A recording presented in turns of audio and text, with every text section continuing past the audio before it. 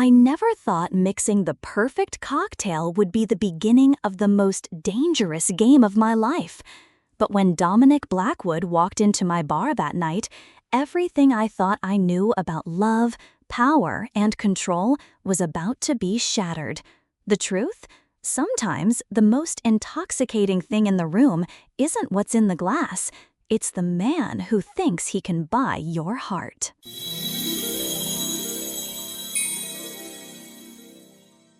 The underground was exactly what its name suggested, a speakeasy hidden beneath the streets of Manhattan, accessible only to those who knew the right password and had the connections to find it. At 2 a.m., the dimly lit space thrummed with the low hum of jazz music and whispered conversations. Behind the mahogany bar, Scarlett Hayes worked with the precision of a master craftsman, her movements fluid as she created liquid art for the city's elite who sought refuge from their public lives. She didn't notice him at first, the man in the perfectly tailored Tom Ford suit who sat alone at the corner of the bar, nursing a glass of aged whiskey. Dominic Blackwood wasn't like the usual clientele. While others chatted loudly about their latest acquisitions or scandals, he simply watched. His dark eyes, the color of midnight storms, followed her every movement with an intensity that made the air around them electric. "What can I get you?" Scarlett asked, finally acknowledging his presence as she wiped down the bar in front of him. Dominic's gaze locked with hers, and for a moment, time seemed suspended. She was breathtaking. Wild auburn hair that caught the amber light, emerald eyes that held secrets, and a confidence that couldn't be bought or sold. At 25, she moved through the world with a grace that spoke of old money, though her calloused hands told a different story. "Surprise me," he said, his voice a low rumble that sent an unexpected shiver down her spine. Scarlett raised an eyebrow, intrigued despite herself. Most men who frequented the underground ordered predictable drinks, whiskey neat, expensive scotch, or classic martinis. This one was different. There was something predatory about the way he studied her, yet she found herself drawn to the challenge in his eyes. "That's a dangerous request," she murmured, reaching for bottles with practiced ease. "I might give you something you can't handle." A slow smile curved Dominic's lips. "I've never met anything I couldn't handle, sweetheart." The endearment should have annoyed her. She wasn't anyone's sweetheart. But the way he said it, with that hint of possession already creeping into his voice, made her pulse quicken instead. She crafted a cocktail unlike anything in her repertoire. Whiskey infused with smoke, a hint of dark cherry, and a secret ingredient that would make him remember this moment long after he left. When she slid the glass across the bar, their fingers brushed. The contact was electric, sending heat shooting up her arm and settling low in her belly. Dominic's eyes darkened as he lifted the glass to his lips, never breaking eye contact. "Perfect," he said after taking a sip, "just like its creator." Scarlett felt her cheeks flush. She'd heard every pickup line in the book working at the underground, but there was something different about this man. He wasn't trying to impress her with flashy displays of wealth or crude compliments. He spoke as if he already knew her, as if he'd been waiting for this moment as long as she had. "I don't even know your name," she said, leaning against the bar despite every instinct telling her to maintain her distance. "Dominic," he replied, extending his hand. "Dominic Blackwood." The name hit her like a physical blow. Everyone in New York knew that name, Blackwood Real Estate, a billion-dollar empire that had shaped the city's skyline for decades. This wasn't just any wealthy patron. This was one of the most powerful men in America, sitting in her bar, looking at her like she was the most fascinating woman he'd ever encountered. "And you are?" he prompted, still holding her hand. "Scarlett," she whispered, suddenly aware that everything about this encounter felt like destiny, and that terrified her more than anything else. Dominic Blackwood had built his empire on the foundation of control. Every acquisition, every merger, every relationship in his life served a purpose in the grand design of his ambitions. At 45, he had everything most men dreamed of: wealth beyond measure, power that moved mountains, and influence that reached into every corner of the business world. But success had come with a price, and now that bill was due. The merger with Hartford International would be the crowning achievement of his career, transforming Blackwood real estate from a domestic powerhouse into a global empire.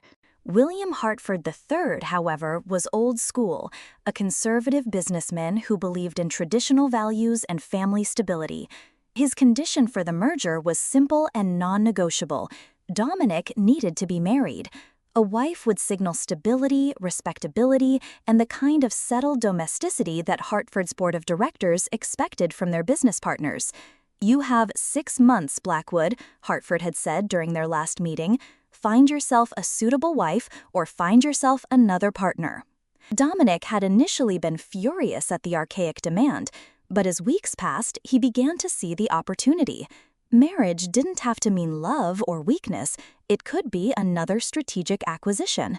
He needed someone perfect, beautiful enough to impress, intelligent enough to navigate high society, and malleable enough to understand her role in his life.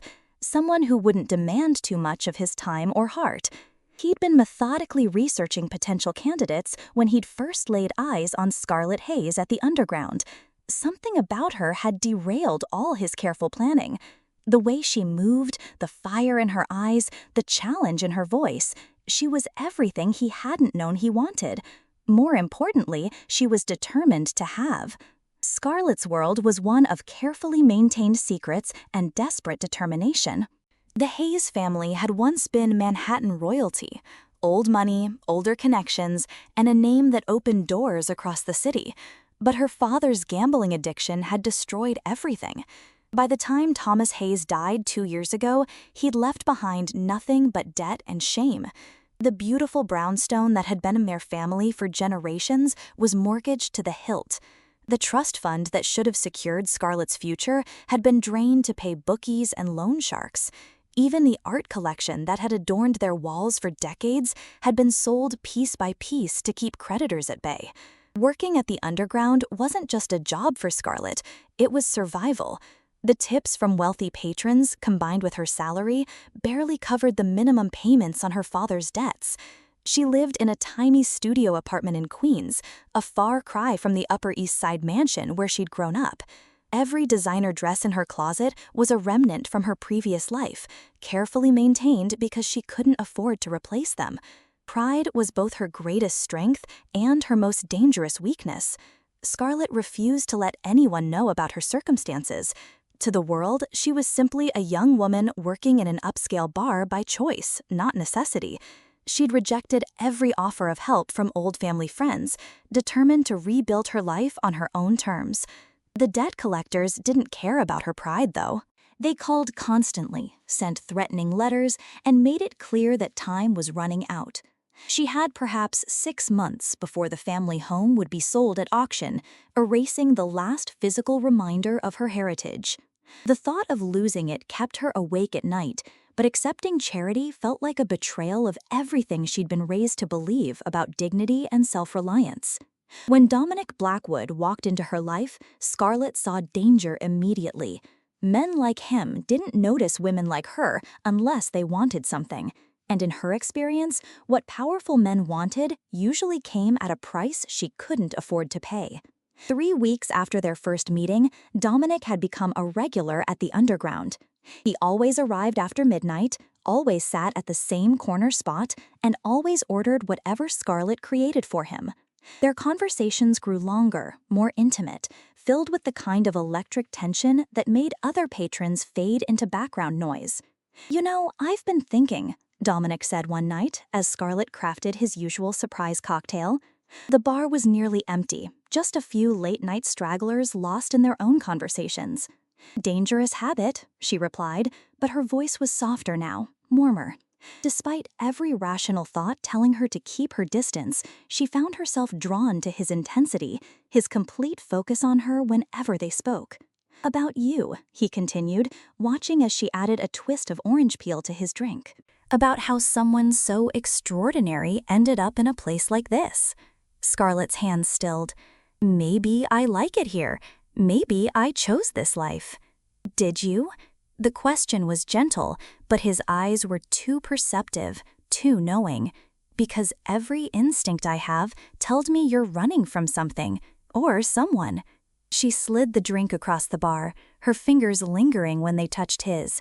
And what makes you think you know anything about my life, Mr. Blackwood? Dominic, he corrected, his thumb tracing over her knuckles. And I know because I recognize the look in your eyes. It's the same one I see in the mirror every morning. And what look is that? Like you're fighting a war nobody else can see. The honesty in his voice broke something loose in her chest. For weeks, she'd been telling herself that this was just harmless flirtation, that she could handle whatever game they were playing. But sitting there with his hand covering hers, feeling truly seen for the first time in years, she realized she was in much deeper trouble than she'd thought. "Scarlett," he said quietly, standing and moving around the bar until he was behind the counter with her. In the intimate space, she could smell his cologne, feel the heat radiating from his body. "Look at me." She did, and immediately regretted it. His dark eyes held promises and threats in equal measure. This was a man who got what he wanted, always.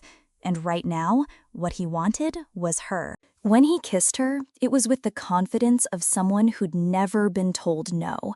His lips were firm, demanding, and she felt herself melting into him despite every warning bell in her head. He tasted like the whiskey she'd served him, and something darker, more dangerous. His hands fisted in her hair, pulling her closer, and she heard herself moan against his mouth.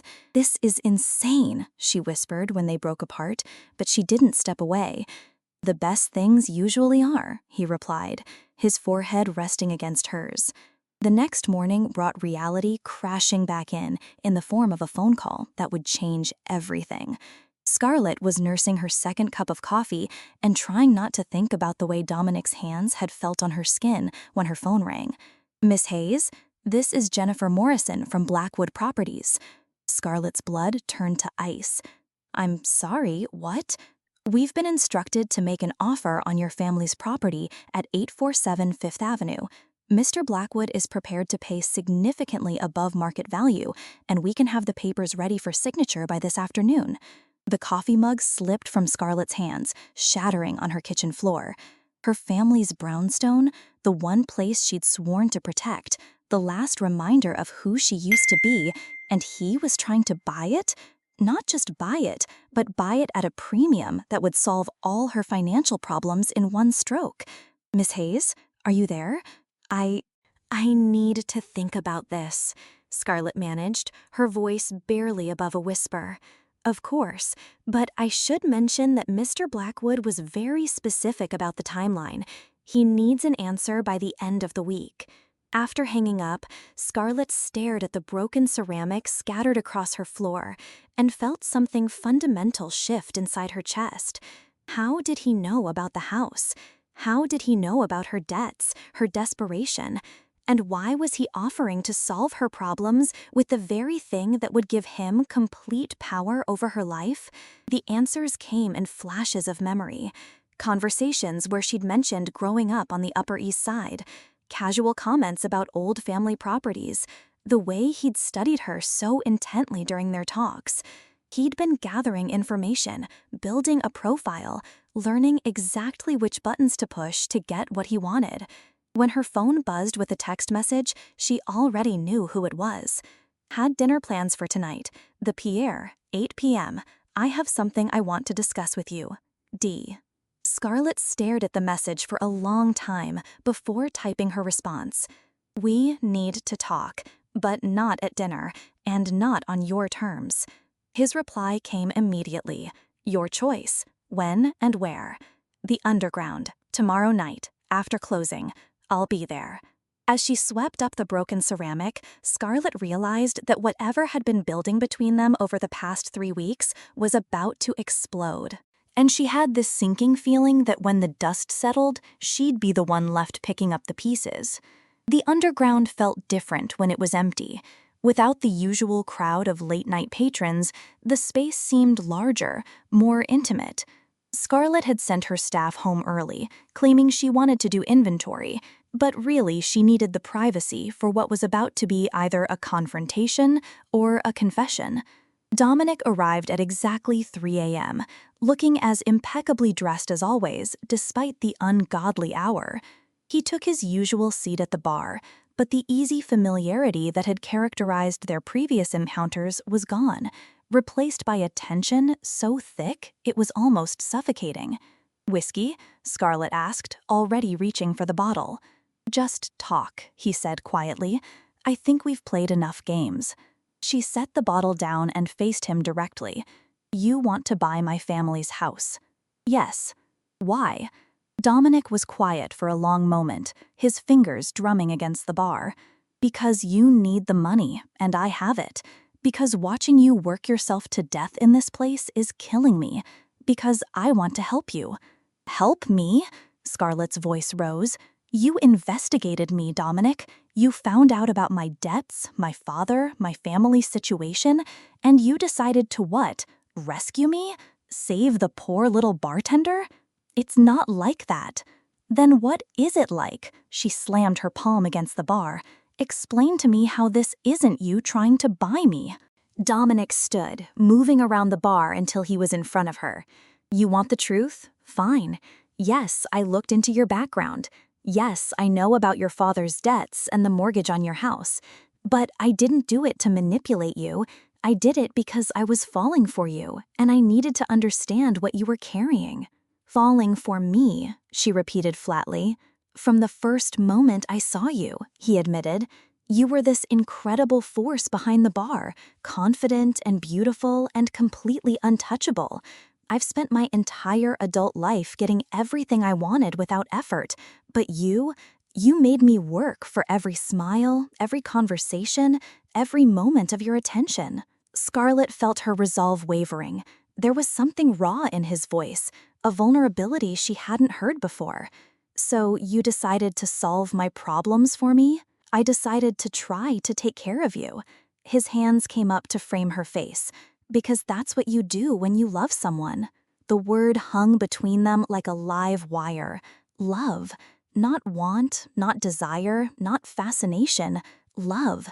And despite every rational thought in her head, despite every warning about powerful men and their motivations, Scarlett felt her heart skip a beat. "I can't accept your help," she whispered. "Why not?" "Because if I do, I'll never know if what's between us is real, or if I'm just another acquisition." Dominic's jaw tightened. "So you'd rather lose everything than trust me?" "I'd rather keep my self-respect." They stared at each other for a long moment, the weight of everything unsaid pressing down on them. Finally, Dominic stepped back. "The offer stands," he said quietly. "When you're ready to stop being too proud to accept help from someone who loves you, you know where to find me." After he left, Scarlett locked the door and slumped against it, tears she'd been holding back finally spilling over. She was in love with him, had been for weeks, but accepting his help felt like surrender, and she'd been fighting too long to give up now. Over the next few days, Scarlett tried to return to normal, but normal no longer existed. Dominic didn't come to the bar, didn't call, didn't text. The silence was somehow worse than the tension had been. She found herself looking for him in every shadow, listening for his voice in every conversation. It was during this liminal period that Marcus Chen walked back into her life. Scarlett had dated Marcus for 8 months before her father died. He was safe, predictable, a junior partner at a prestigious law firm with political ambitions and a trust fund that meant he'd never have to worry about money. Their relationship had been comfortable rather than passionate, ending not with drama, but with a quiet acknowledgement that they wanted different things from life. "Scarlett?" His voice behind her made her turn from where she was restocking glasses. "I was hoping I'd find you here." Marcus looked exactly the same. Perfectly styled brown hair, expensive suit, the kind of smile that photographed well at charity events. He was handsome in a conventional way, the type of man her mother would have approved of. Safe, respectable, everything Dominic Blackwood was not. "Marcus," she said, surprised, "what are you doing here?" I heard through mutual friends that you were working here. He gestured around the bar. I wanted to see how you were doing. It's been, what, 2 years? Something like that. You look incredible, he said, and she could hear the genuine admiration in his voice. This place suits you. Very bohemian chic. Scarlett almost laughed. If he only knew that this wasn't a lifestyle choice, but a necessity. Thanks. How are things with you? Still saving the world one billable hour at a time? Actually, I've been thinking about you a lot lately. Marcus moved closer, his voice dropping to the intimate tone she remembered. About us, about how good we were together. Marcus, I know we ended things, but that was a different time. We were different people. I think we could be good together now, Scarlett. Really good. There was something earnest and hopeful in his voice that made her chest ache. Marcus represented the life she'd been born to live. Stable, secure, uncomplicated. With him, she wouldn't have to worry about power games or hidden agendas. She wouldn't have to wonder if she was being played or protected. I don't know, she said honestly. I'm not sure I'm in a place for this right now. Then let me take you somewhere better, he said, reaching for her hand. Let me remind you what it feels like to be with someone who puts you first. For the next week, Marcus became a constant presence in Scarlett's life. He brought her coffee in the mornings, picked her up after work, and slowly began rebuilding the connection they'd once shared. It was easy with Marcus, comfortable in a way her time with Dominic had never been. There were no games, no hidden agendas, no feeling like she was constantly on the edge of a precipice. But there was also no fire. Where Dominic had made her feel alive and dangerous and utterly feminine, Marcus made her feel safe. Where Dominic had challenged her at every turn, Marcus agreed with everything she said. Where Dominic had kissed her like he was claiming her soul, Marcus kissed her like he was asking permission. Still, safe was good. Safe meant no one would break her heart or manipulate her life or make her question everything she thought she knew about herself. It was during a quiet dinner at Marcus's apartment that everything changed. I have some news, Marcus said as they sat on his couch, sharing a bottle of wine. About the law firm. Oh? They offered me the partnership track. It's everything I've been working toward. He paused, his excitement dimming slightly. But there's a catch. They want me to take a position in the London office. Scarlett felt her stomach drop. London? It would be for 3 years, maybe 5. And Scarlett, I want you to come with me. The proposal hung between them, loaded with implications. Marcus wasn't just asking her to move across the ocean. He was asking her to abandon her life, her responsibilities, her debts. He was asking her to run away. I can't, she said quietly. Why not? What's keeping you here? How could she explain that leaving felt like giving up, that she had debts to pay and a house to save and a life to rebuild, that running away to London with him would feel like admitting defeat? My life is here, Marcus. Your life is serving drinks to rich people in a basement bar, he said, and there was a hint of condescension in his voice that made her stiffen. You're better than that, Scarlett. You deserve better than that. And what if I don't want better? What if I want to earn my own way back? Back to what? Your family lost everything, Scarlett. There's nothing left to go back to. The words hit her like a physical blow. She knew Marcus meant well, but hearing her failure laid out so bluntly made something inside her snap. I should go, she said, standing abruptly. Scarlett, wait, I didn't mean. Yes, you did. She turned to face him. And that's the problem. You see my life as something to be saved from, not something to be respected. That's not fair, isn't it? She grabbed her purse from the coffee table. Dominic offered to buy my house, and I turned him down because I thought he was trying to control me. But at least he understood why I was fighting. You just want me to stop. Marcus's face darkened. Dominic? Dominic Blackwood? Scarlett realized her mistake immediately, but it was too late to take it back. You're involved with Dominic Blackwood? Marcus's voice was sharp with disbelief. Scarlett, do you have any idea what kind of man he is? What's that supposed to mean? He's dangerous, ruthless, the kind of man who destroys people for sport. Marcus stood, his lawyer instincts kicking in. Whatever he's told you, whatever he's promised you, it's not real. Men like Blackwood don't fall in love, they acquire assets. The words echoed uncomfortably with her own fears, but hearing them from Marcus made her defensive. You don't know what you're talking about. Don't I? I've seen his work, Scarlett. I've seen the businesses he's crushed, the people he's ruined. If he's showing interest in you, it's because he wants something. Like you want me to come to London? Marcus flinched. That's different. Is it? Because from where I'm standing, it looks like both of you think you know what's best for my life better than I do. She left without another word, but Marcus's warnings followed her home. By the time she reached her tiny apartment, doubt had settled in her chest like a cold weight. What if Marcus was right? What if everything with Dominic had been an elaborate game? She was so lost in her thoughts that she almost missed the black sedan parked across from her building. Almost missed the man in the expensive suit who seemed to be watching her windows. Almost missed the feeling that her carefully constructed world was about to come crashing down. But she didn't miss the envelope that had been slipped under her door while she was gone.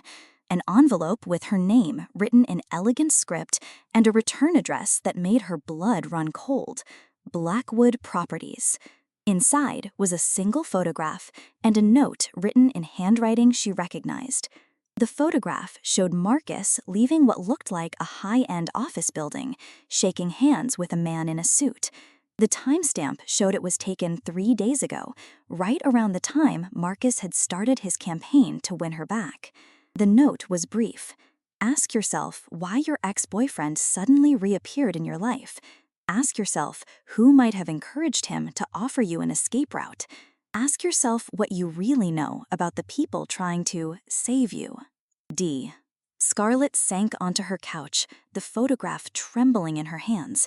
Because if Dominic was implying what she thought he was implying, then everything, Marcus's return, his sudden declaration of love, his convenient job offer in London, had been orchestrated.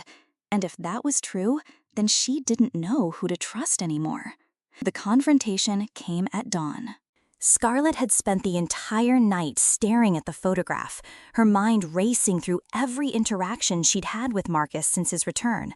The timing, the convenience, the way he'd appeared just when her life with Dominic had become complicated, it all felt too orchestrated to be coincidence.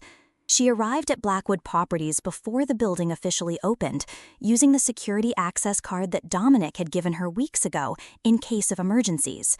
The elevator ride to the 42nd floor felt endless, her reflection in the polished steel doors showing a woman on the edge of either breakthrough or breakdown. Dominic's assistant wasn't at her desk yet, but light leaked from under his office door. Scarlett didn't knock. He was standing at the floor-to-ceiling windows that overlooked Manhattan, already dressed for the day despite the early hour. When he heard the door open, he turned slowly, as if he'd been expecting her. "You look like hell," he said quietly. "Funny thing happened last night," Scarlett replied, her voice deceptively calm. "I got a little present from you, a photograph and some very interesting implications."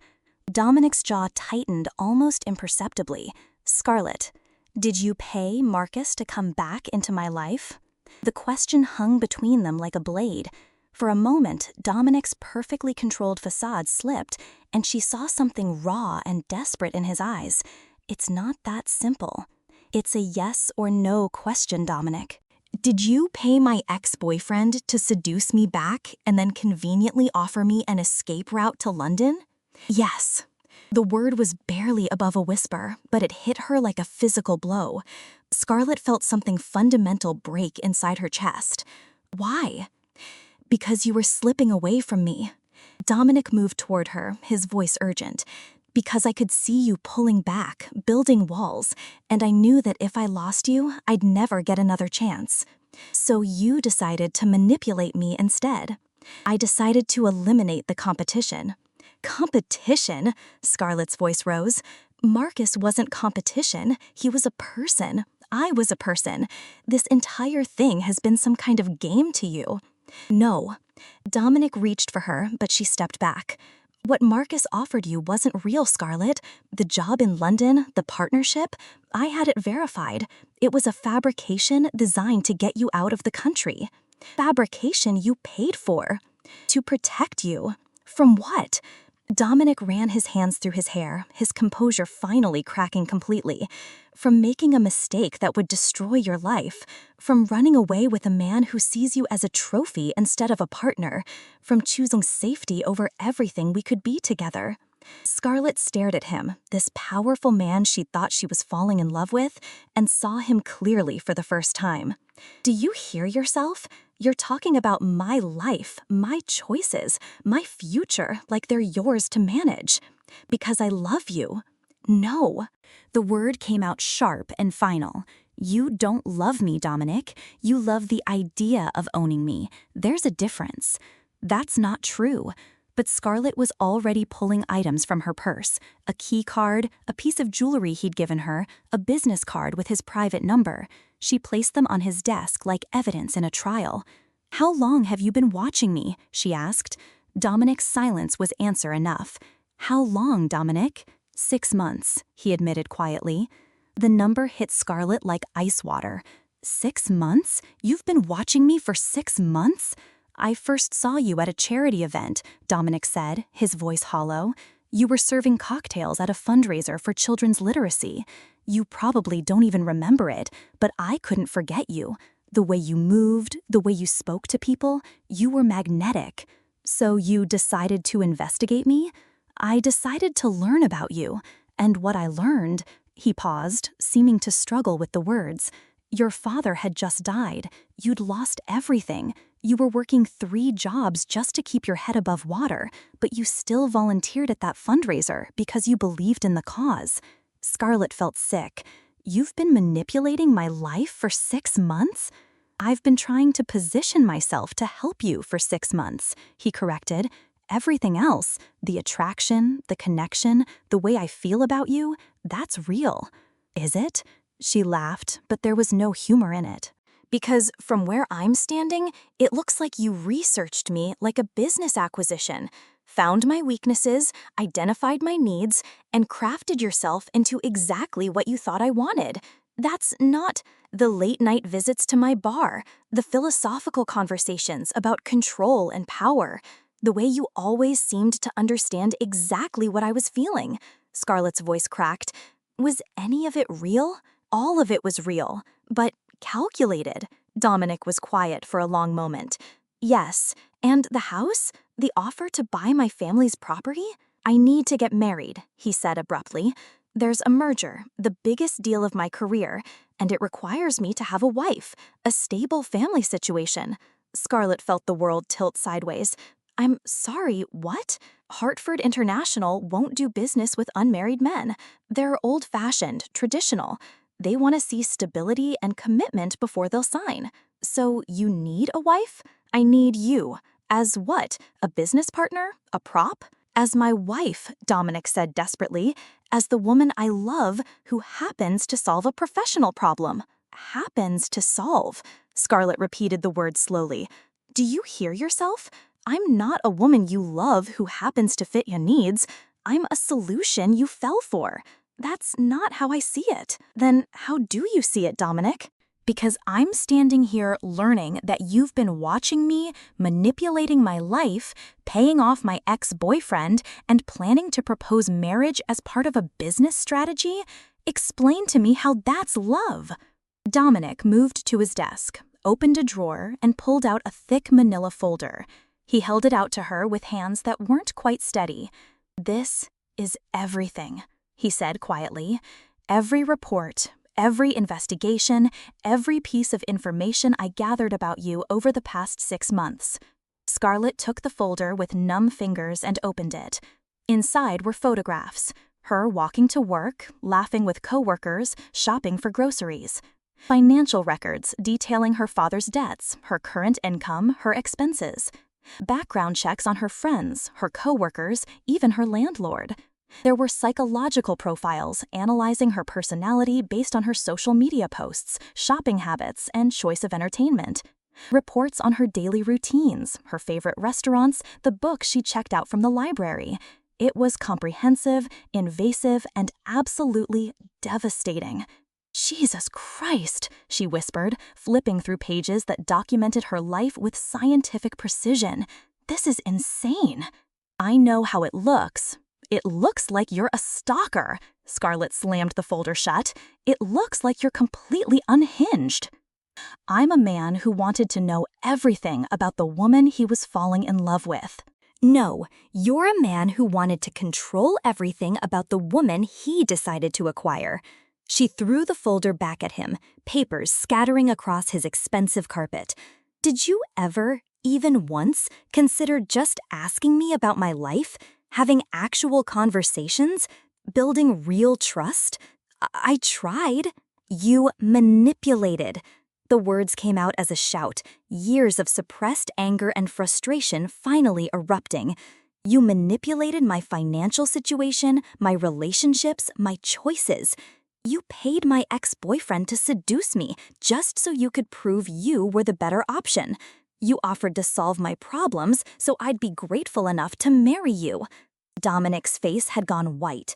"Scarlett, please." And the worst part?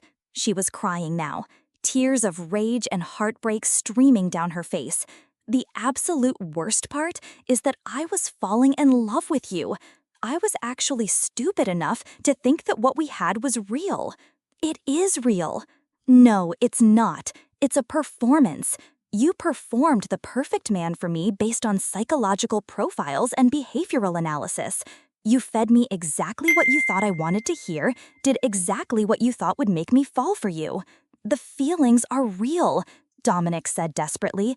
"Everything I feel for you, everything you make me feel, that's not in any report. That's not something I could manufacture or control." "But it's based on a lie." Scarlett wiped her eyes with shaking hands. "Every conversation we had, every moment of connection, every time I thought you understood me, it was because you'd already studied me like a lab rat. I wanted to know you. You wanted to own me. And you know what? You almost succeeded." She picked up her purse, her movements sharp and decisive. "I almost let you buy my house. I almost let you solve my problems. I almost convinced myself that accepting your help was about love instead of surrender." "Where are you going?" Scarlett paused at the door, her hand on the handle. "Away from you, away from this, away from whatever sick game you think you're playing. The merger. Find another wife, Dominic.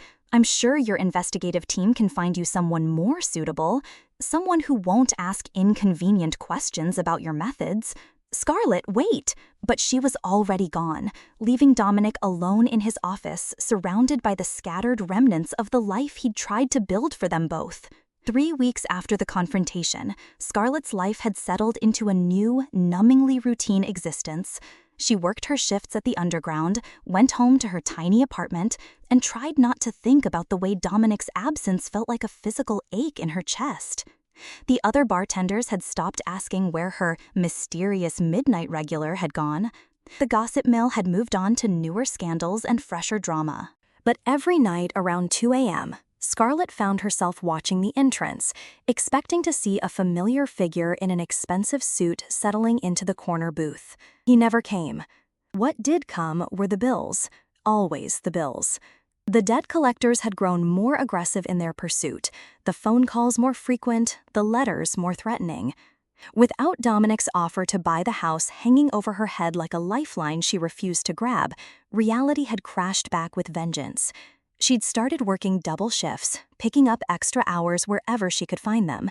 The exhaustion was catching up with her, dark circles under her eyes, hands that shook slightly when she thought no one was looking, a persistent cough that came from too little sleep and too much stress. Marcus had called repeatedly in the days after their confrontation, but she'd let every call go to voicemail. His messages had evolved from confused to hurt to angry, and finally to resigned. The last one had simply said, "I'm taking the London position. If you change your mind, you know how to reach me." She'd deleted it without responding.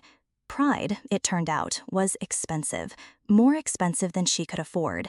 Meanwhile, across the city, Dominic Blackwood was learning that success meant nothing when it came at the cost of everything that mattered.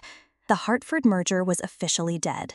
William Hartford III had made it clear that a man who couldn't maintain a stable relationship was not the kind of partner Hartford International sought for their global expansion. "You had 6 months, Blackwood," Hartford had said during their final meeting.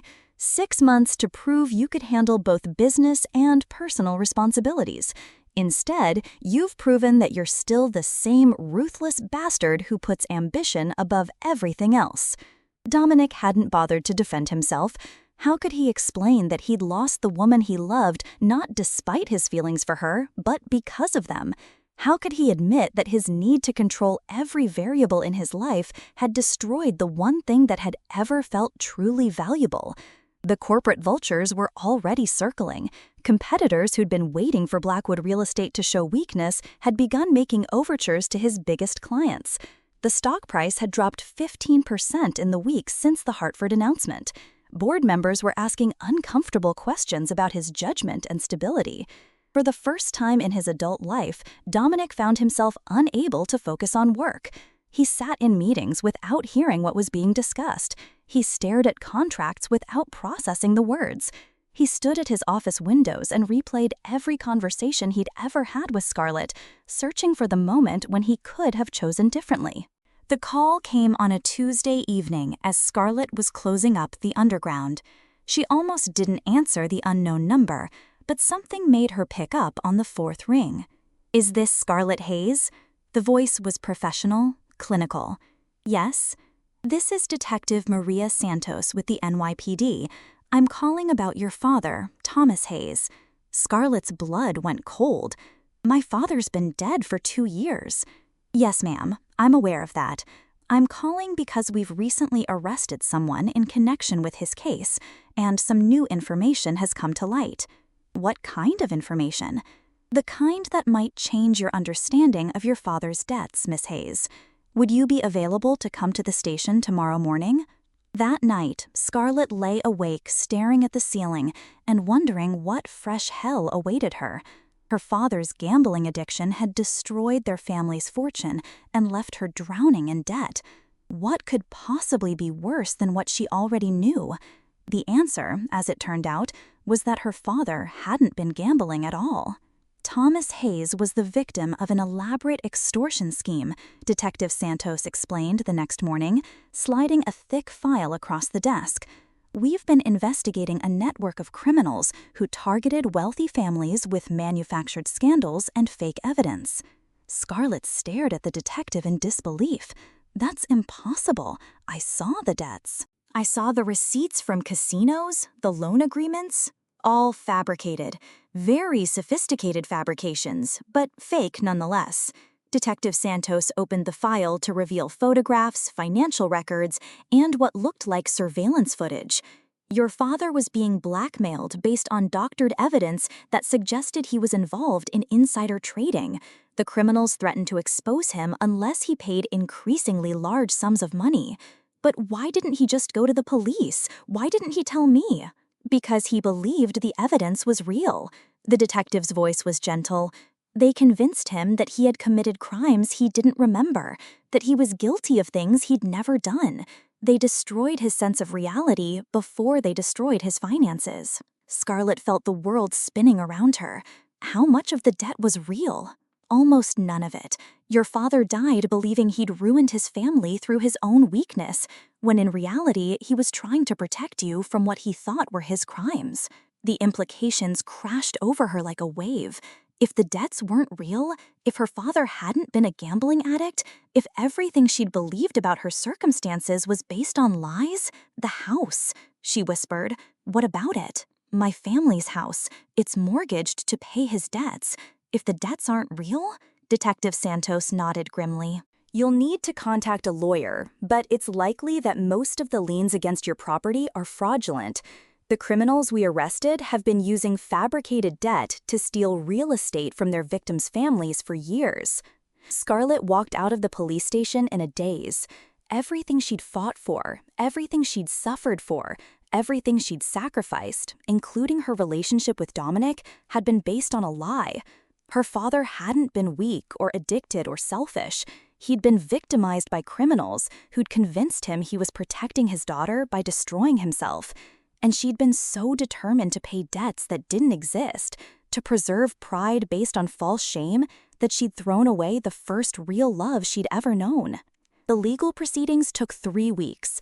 3 weeks of meetings with attorneys, sessions with forensic accountants, and conversations with FBI agents who specialized in financial crimes. When it was over, Scarlett found herself in a position she'd never expected to occupy again, free. The fraudulent debts were erased, the liens against her family's property were dissolved, the brownstone that had been mortgaged to the hilt was suddenly, impossibly, hers again. More than that, the criminals had been using her father's identity to secure additional loans against the property's value, loans that were now being returned with interest as part of their prosecution. For the first time in 2 years, Scarlett Hayes was not just debt-free, but wealthy. She should have been ecstatic. Instead, she felt hollow. Standing in the empty brownstone where she'd grown up, surrounded by dust covers and memories, Scarlett finally understood the full scope of what she'd lost. Not just money or property or social status, but perspective. She'd been so focused on survival, so determined to prove her independence, that she'd forgotten how to trust, how to accept help, how to believe that someone might want to care for her without expecting something in return. Dominic's methods had been wrong, invasive, manipulative, controlling. But his instinct to help, his desire to protect her, his need to be part of her life, maybe those hadn't been about ownership.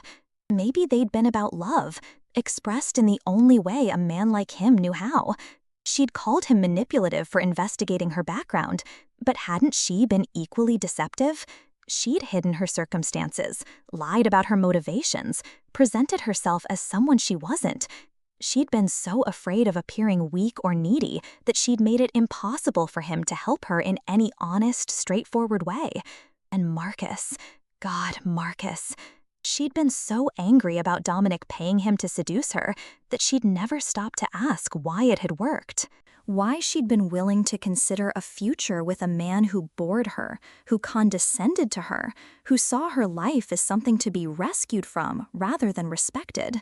Because it was easier, because safe felt better than vulnerable, because accepting Marcus's offer would have meant never having to risk her heart again. The truth was that she'd been terrified of Dominic from the moment they met, not because he was dangerous, but because he made her feel things she'd never felt before. He challenged her, excited her, made her want to be braver and stronger, and more than she'd ever thought possible. And that kind of intensity, that kind of connection, it required trust she wasn't sure she knew how to give.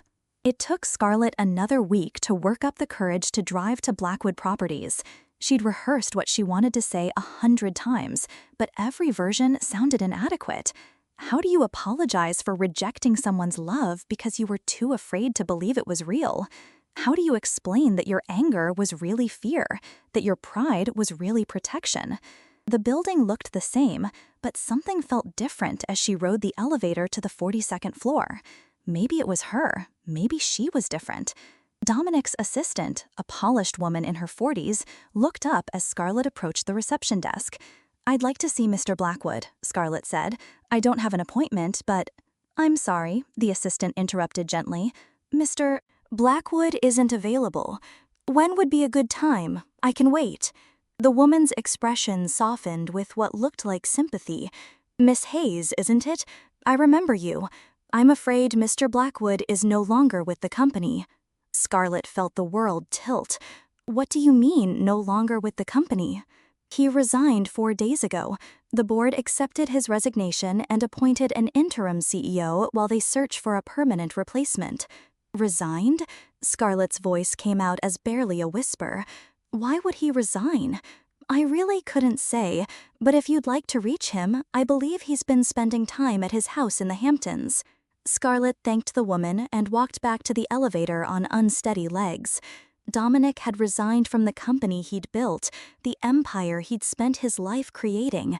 A man like him didn't make that kind of decision lightly. A man like him didn't walk away from everything unless he'd lost something more important than business.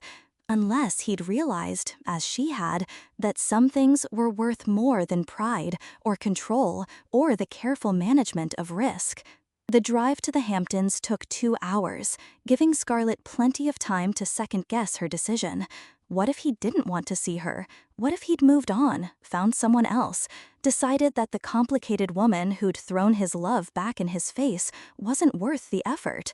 But as she turned onto the private road that led to his estate, she saw him. Dominic was in the garden behind the house, shirtless and sweating, attacking an overgrown hedge with garden shears like it had personally offended him. He looked different, younger somehow, less polished. His usually perfect hair was messy, his expensive suits replaced by old jeans and work boots. He looked like a man trying to rebuild himself from the ground up. Scarlett parked her car and walked across the lawn, her heels sinking into the soft grass. Dominic must have heard her approaching because he straightened and turned, the garden shears still in his hands. For a moment, they just stared at each other. He looked tired, she realized. There were lines around his eyes that hadn't been there before, a weight to his shoulders that spoke of sleepless nights and difficult decisions. Scarlett? Her name on his lips sounded like a prayer and a curse all at once. "I went to your office," she said. "They told me you resigned." "I did." "Why?" Dominic set down the shears and picked up a towel from a nearby chair, wiping the sweat from his face. "Because I realized that everything I'd built my life around was meaningless if I didn't have someone to share it with. The company was your life." "No," he said quietly. "The company was my excuse." It was easier to focus on mergers and acquisitions than to admit I was empty inside. It was easier to control markets and manipulate outcomes than to risk actually connecting with another human being. Scarlett took a step closer. "What are you going to do now?" "I don't know." He smiled, and it was the first genuine smile she'd seen from him since that night in the bar. "For the first time in my adult life, I have no plan, no strategy, no 5-year projections or risk assessments. It's terrifying. It's also brave." "Is it?" "Because from where I'm standing, it feels like the most cowardly thing I've ever done. I ran away, Scarlett. When you left my office that day, when you walked out of my life, I should have fought for you. I should have found a way to prove that my feelings were real. Instead, I let my pride convince me that you were better off without me." "Maybe I was," Scarlett said softly. "Maybe we both needed time to figure out who we really are when we're not performing for each other." "And who are you, really?" Scarlett considered the question seriously. "I'm someone who's been afraid of needing people for so long that I forgot how to let them love me. I'm someone who confused independence with isolation, strength with stubbornness." She paused. "I'm someone who threw away the best thing that ever happened to her because she was too scared to believe it was real." "Scarlett, I know about my father," she interrupted. "I know about the extortion, the fake debts, all of it. The police caught the people responsible." Dominic's eyes widened. That's incredible. You must be free," she finished. "Financially, legally, completely free." And the first thing I realized when I got that news wasn't relief or joy or excitement. It was regret. Because all those months I spent working myself into the ground, all that pride I clung to about solving my problems alone, it was based on lies. And the one person who tried to help me, who saw that I was drowning and threw me a lifeline, I pushed away. "You didn't know." "I didn't trust," she corrected. "There's a difference. You were manipulative and controlling and completely wrong in how you went about it. But underneath all that, you were trying to take care of me. And I was so terrified of appearing weak that I couldn't see the difference between being controlled and being cherished." They stood facing each other in the afternoon sunlight. Two people who'd made mistakes and learned from them, who'd lost everything and found themselves in the wreckage. "I love you," Scarlett said, the words simple and honest. I love your intensity and your brilliance and your completely misguided attempts to manage my life. I love that you see problems and solve them, even when the problem doesn't want to be solved. I love that you're capable of walking away from everything you've built. And I love you, Dominic replied, stepping closer. I love your stubbornness and your pride and your refusal to be anyone other than exactly who you are. I love that you challenge me, that you see through every defense I've ever built, that you make me want to be better than I've ever been. So what do we do now? Now we try again, but this time we do it honestly. No investigations, no manipulation, no trying to control outcomes. He reached for her hands. Just two people who love each other, figuring out how to build something real together. 6 months later, the underground was busier than it had ever been. Word had spread through Manhattan's elite circles about the speakeasy with the legendary bartender who could read your soul through your drink preferences. Reservations were booked weeks in advance, and celebrities made pilgrimages just to watch Scarlett work her magic behind the bar. She'd bought the building, not just the bar, but the entire structure, turning the upper floors into artist studios and creative spaces. It had become a hub for the city's underground culture, a place where art and commerce intersected in ways that felt organic rather than calculated. Dominic had been by her side through most of the renovation, offering advice when asked, but never pushing his opinions when they weren't wanted. He'd started a new company, smaller, more focused on sustainable development rather than maximum profit.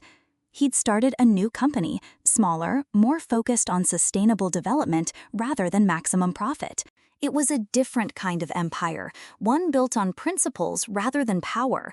Their relationship had evolved slowly, carefully. They'd learned to communicate without manipulation, to support without controlling, to love without losing themselves in the process. It hadn't always been easy. Both of them had decades of bad habits to unlearn, but it had been real in a way that neither had experienced before. Which was why, when Dominic showed up at the underground on a busy Friday night with a nervous energy that reminded her of their first meeting, Scarlett knew something significant was about to happen. "You're making me nervous," she said, as she mixed a cocktail for a customer. "You keep checking your watch and looking at the door like you're expecting someone." "Maybe I am," he replied, but his smile was mysterious. The evening proceeded normally until about 11 p.m. when Scarlett noticed that several of her regular customers were acting strangely. They kept glancing at their phones and whispering among themselves. Even her staff seemed to be in on some secret she wasn't privy to. "Okay, what's going on?" she demanded, cornering Dominic at his usual spot at the bar. Before he could answer, the lights dimmed and a hush fell over the room. Someone had set up a small stage area near the back wall, and a jazz quartet began playing a song Scarlett recognized, the same melody that had been playing the night they first kissed. "Dominic," she whispered, but he was already moving around the bar to stand beside her. "Ladies and gentlemen," he said, his voice carrying easily through the suddenly quiet space. 6 months ago, I thought I knew what I wanted from life. I thought success meant control, that love meant possession, that the only way to protect something precious was to own it completely." Scarlett's heart began to race as she realized what was happening. "I was wrong about all of that," Dominic continued, his eyes never leaving hers. "Love isn't about control. It's about trust. It's not about possession. It's about partnership. And protection doesn't come from ownership, but from the commitment to support someone's dreams even when they're different from your own." He dropped to one knee, and Scarlett heard several people in the crowd gasp. Her hands flew to her mouth as he pulled out a ring box, not some ostentatious display of wealth, but something elegant and understated, perfectly suited to her taste. "Scarlett Hayes," he said, his voice thick with emotion. "You've taught me that the most valuable things in life can't be acquired or controlled. They can only be earned through honesty, patience, and the willingness to be vulnerable. You've made me a better man, not because you tried to change me, but because you loved me enough to let me change myself." Tears were streaming down her face now, and she was vaguely aware that several people were recording the moment on their phones. But all of that faded into background noise as Dominic opened the ring box to reveal a stunning vintage emerald surrounded by diamonds. "I'm not asking you to marry a billionaire or a CEO or any title that comes with expectations and obligations," he said. "I'm asking you to marry me, just me, the man who loves your stubbornness and your independence and your complete refusal to be anything other than authentically yourself. Will you marry me?" For a moment, Scarlett couldn't speak. She looked around the underground, her bar, her space, the life she'd built for herself, and then back at Dominic, this man who'd entered her world like a hurricane and turned everything upside down, who'd made every mistake possible in loving her, but who'd learned from each one, who'd walked away from everything he'd built because he'd finally understood that success without love was just expensive loneliness. "Yes," she whispered, then louder, "yes." The crowd erupted in cheers as Dominic slipped the ring onto her finger and stood to kiss her. It was a kiss that tasted like promises and possibilities, like all the conversations they'd have and adventures they'd share and challenges they'd face together. When they broke apart, Scarlett was laughing through her tears. "You realize this means you're stuck with me, right? All my stubborn independence and my complete inability to let anyone else pay for dinner?" "I'm counting on it," Dominic replied, spinning her around as the jazz quartet launched into a more upbeat number. "I don't want a wife I can control, Scarlett. I want a partner who keeps me honest." "Good," she said, kissing him again, "because I plan to spend the rest of our lives together, making sure you never get too comfortable with the idea that you're in charge. Wouldn't have it any other way." As their friends and customers continued to celebrate around them, Scarlett marveled at how different this felt from the relationship she'd imagined 6 months ago. There was no sense of being rescued or saved, no feeling that she was trading her independence for security. Instead, there was partnership, two strong people choosing to build something together that would be greater than either could create alone. "I love you," she said against his ear as they swayed to the music. "I love you too," he replied. "All of you, your strength, your stubbornness, your absolute refusal to make anything easy."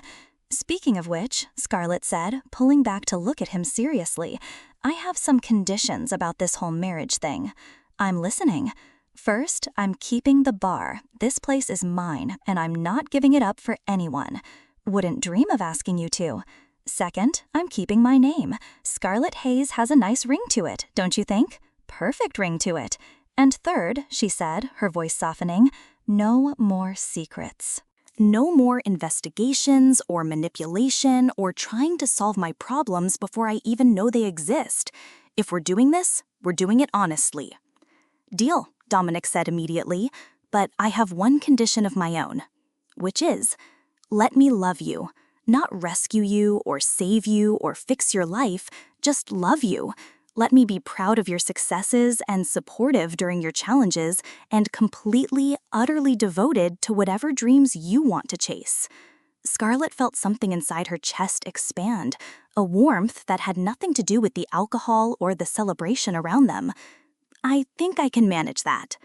"Good," he said, kissing her forehead, "because I plan to spend the rest of my life earning the trust you're giving me." 1 year later, Scarlett stood in the brownstone where she'd grown up, putting the finishing touches on what would soon become their home. They'd decided to live there rather than in Dominic's penthouse, partly because she loved the history and character of the old building, but mostly because it represented something important about their relationship. They were building their future on the foundation of who she really was, not who he'd thought she should become. The house had been completely renovated, but they'd been careful to preserve the elements that made it special. Her mother's rose garden had been restored.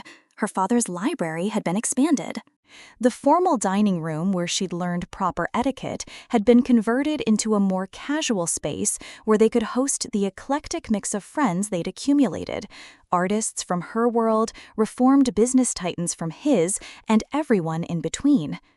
"You know," Dominic said, wrapping his arms around her from behind as she arranged flowers in the front hall, A year ago, I thought happiness meant having everything exactly the way I wanted it. And now? Now I think happiness means wanting everything exactly the way it is. Scarlett leaned back against his chest, marveling at how easy this felt. Not simple. Their relationship still required work, communication, the constant navigation of two strong personalities learning to share space, but natural, right. Do you ever miss it? She asked. The empire building, the power plays, the thrill of controlling billion-dollar deals? Sometimes, he admitted, but then I come home to you, covered in paint from working on the studios upstairs, or I watch you turn some uptight businessman into a human being with the perfect cocktail recommendation, and I remember what actually matters. Which is being known, really known, not the version of myself I perform for board meetings or the image I project in business magazines, but the actual person underneath all that. He turned her in his arms so they were facing each other. You see me, Scarlett. The good, the bad, the controlling tendencies I'm still working on. You see all of it and love me anyway. And you see me, she replied. Not the struggling bartender you thought you could save, not the society princess I used to be, but the woman I actually am, stubborn and independent and occasionally unreasonable. Frequently unreasonable, he corrected with a grin. Hey, I love your unreasonableness. It keeps me honest. Their wedding had been small and perfect, held in the garden behind the brownstone with only their closest friends and family in attendance. Scarlett had worn her grandmother's dress, altered to fit her own style, and Dominic had cried when she walked down the makeshift aisle. It had been nothing like the society wedding they both could have afforded, and everything like the celebration of love they actually wanted. The underground continued to thrive, though Scarlett had promoted one of her longtime bartenders to manager so she could focus on the creative direction rather than the day-to-day operations.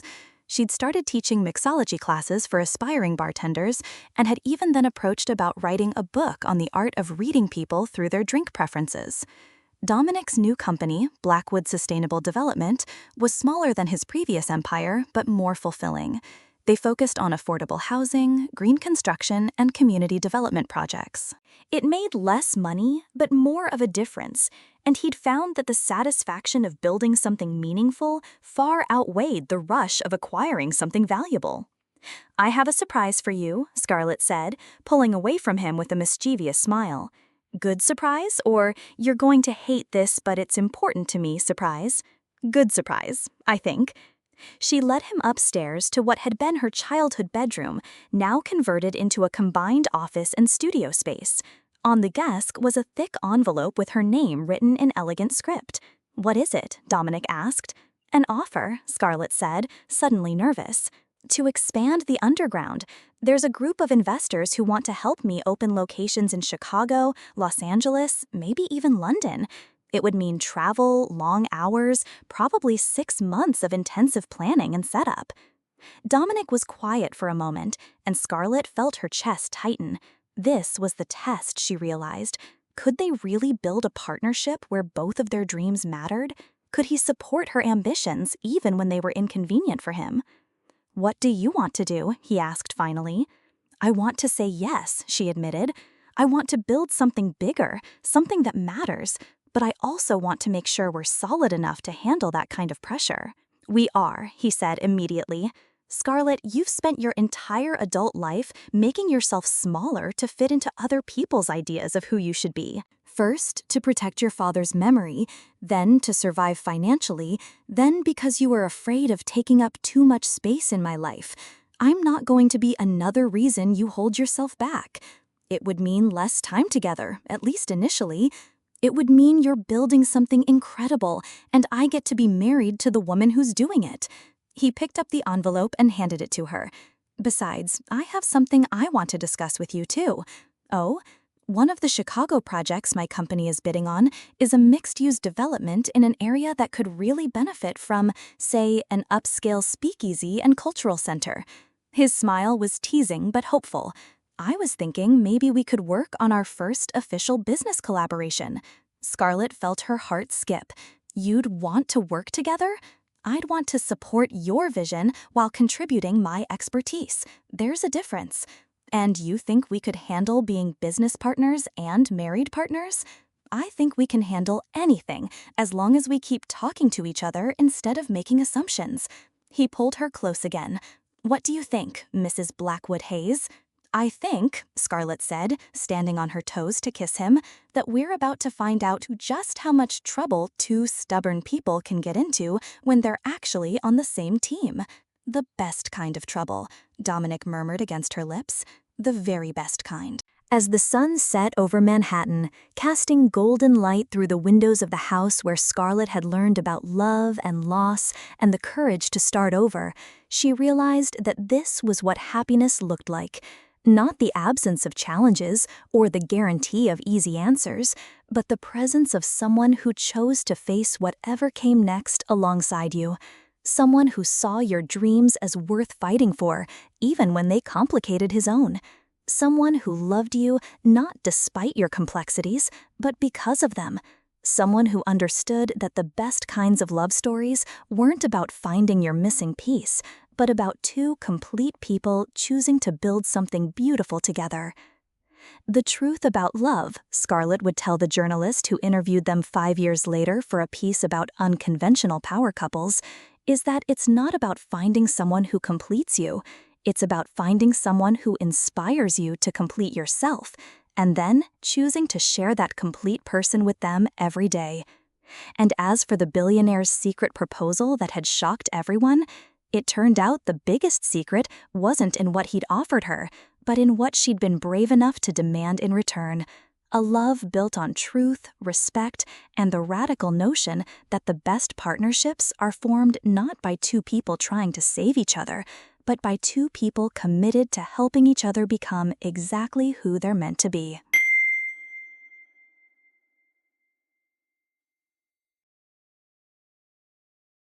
Your heart knows the way. Subscribe and follow the beauty.